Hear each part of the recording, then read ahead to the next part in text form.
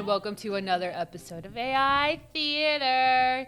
It's just me and Brian today, but we have two Easter-themed scripts to introduce to the world, and we're going to start with Brian, so take it away. Let's do it. Interior PR firm's office day. The PR firm buzzes with activity, a stark contrast to the tense stillness within a sleek glass-walled conference room. The Easter Bunny, EB, oversized and out of place in the minimalist setting, sits across from a PR representative who embodies calm professionalism. EB, your courage in seeking help is the first step towards redemption. Let's navigate this together, but honesty is crucial. Tell me everything. It all started with the cravings, then the break-ins, but that wasn't the end. I got involved with the underground carrot scene. It seemed like a solution, but it only pulled me deeper into a world I never knew existed. EB recounts his fall from grace, from innocent cravings to becoming entangled in a dark web of the carrot underworld. We have to plan, Easter Bunny, a public apology, strategic community service, and most importantly, we'll address your connections. It's a tough road, but you're not alone. If there's a chance to make things right, I'll take it. What's the first step? The PR rep outlines a comprehensive strategy with unsettling familiarity, hinting at deeper connections. Interior PR firm's office a week later.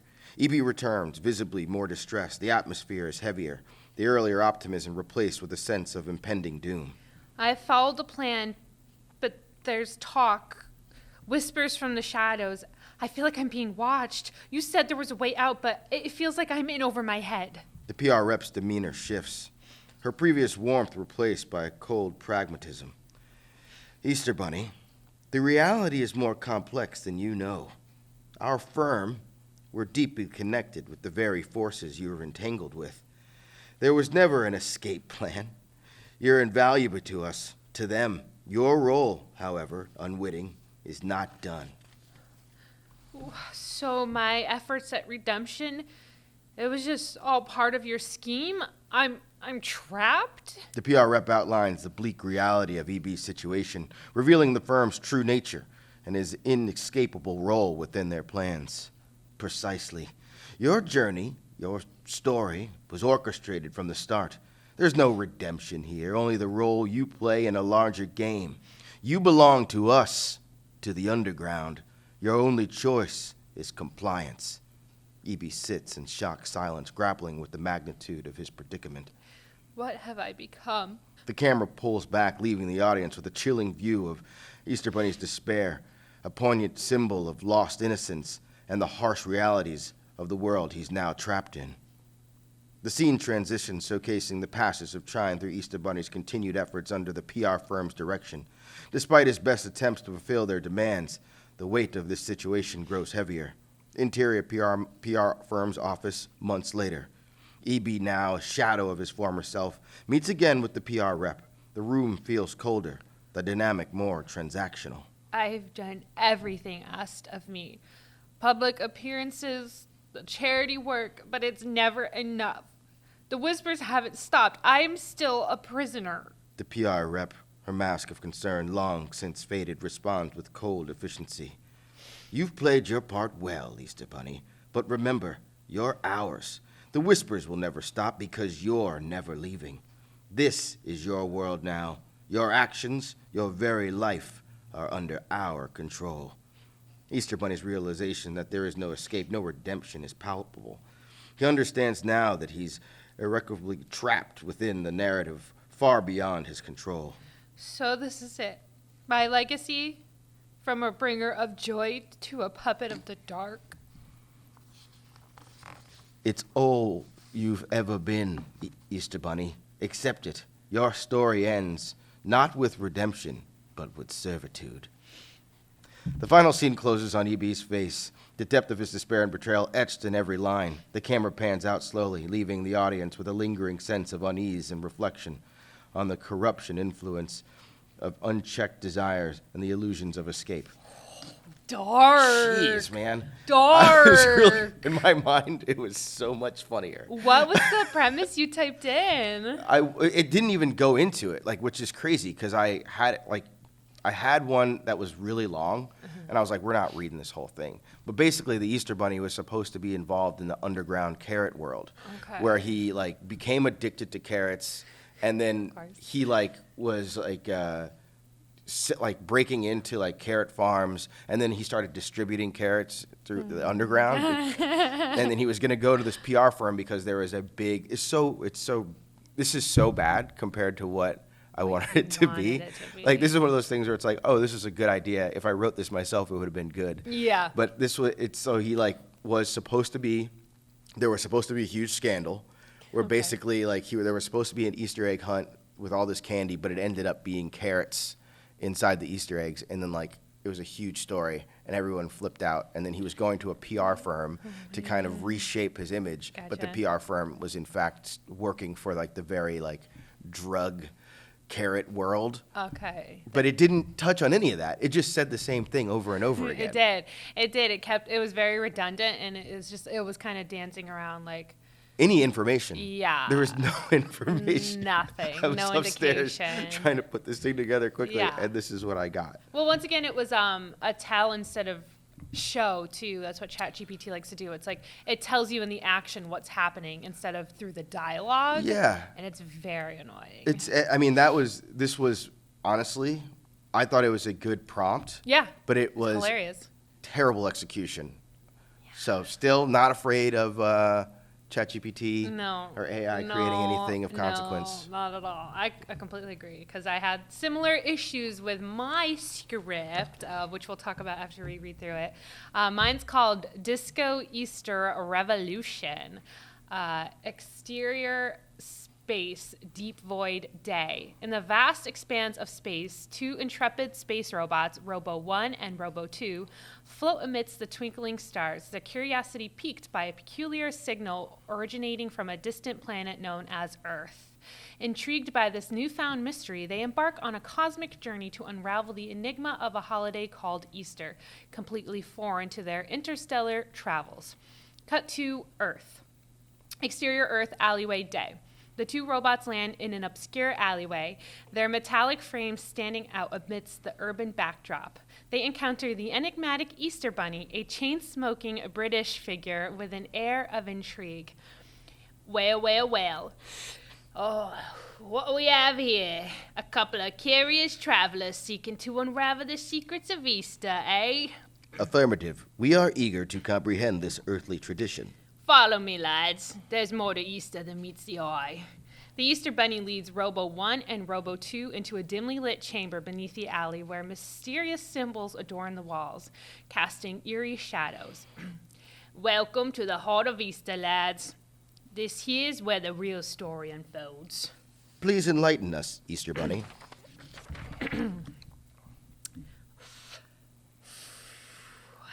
You see, beneath the surface of this world lies a dark secret. A creature known as Isethulu dwells deep within the Earth's core. Isethulu? Aye, Isethulu. A monstrous being that hungers for souls. Souls gathered through the rituals of Easter. So Easter is not just about eggs and chocolate. Oh, far from it, mate. It's a veil. A cover-up for the sinister truth. Isethulu demands sacrifices to keep its hunger at bay and prevent it from surfacing and wreaking havoc upon the planet. We must act. We offer ourselves as sacrifices to appease Isethulu. Then what shall we do? Suddenly, Groove Thulu emerges, a groovy disco-loving entity adorned in glittering attire. Hey there, cats and kittens. What's the word on the street? Oh, we got some sacrificial souls for ya, Groove Thulu. Robo 1 and Robo 2 exchange puzzled glances. Nah, man, I've hung up my villain hat. All I want to do is spread good vibes and loves this Easter. But the Earth. Nah, we're straight. I've seen the light. Let's just chill, dudes. That's a relief.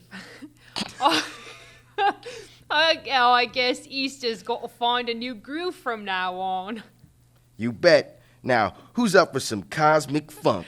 The robots and the Easter Bunny exchange smiles before joining Groove Thulu in a cosmic dance party, the alleyway pulsating with the rhythm of unity and joy. Fade out. Exterior space, deep void day. As the robots in Easter Bunny bid farewell to Earth, Groove Thulu pauses, a serene smile on his face.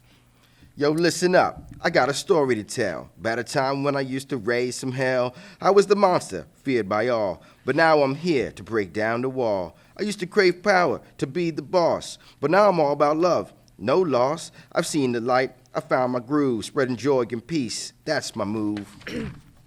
So let's come together, hand in hand, spreading love across the cosmic land. Easter's a time for change and rebirth. Let's make this world a better earth.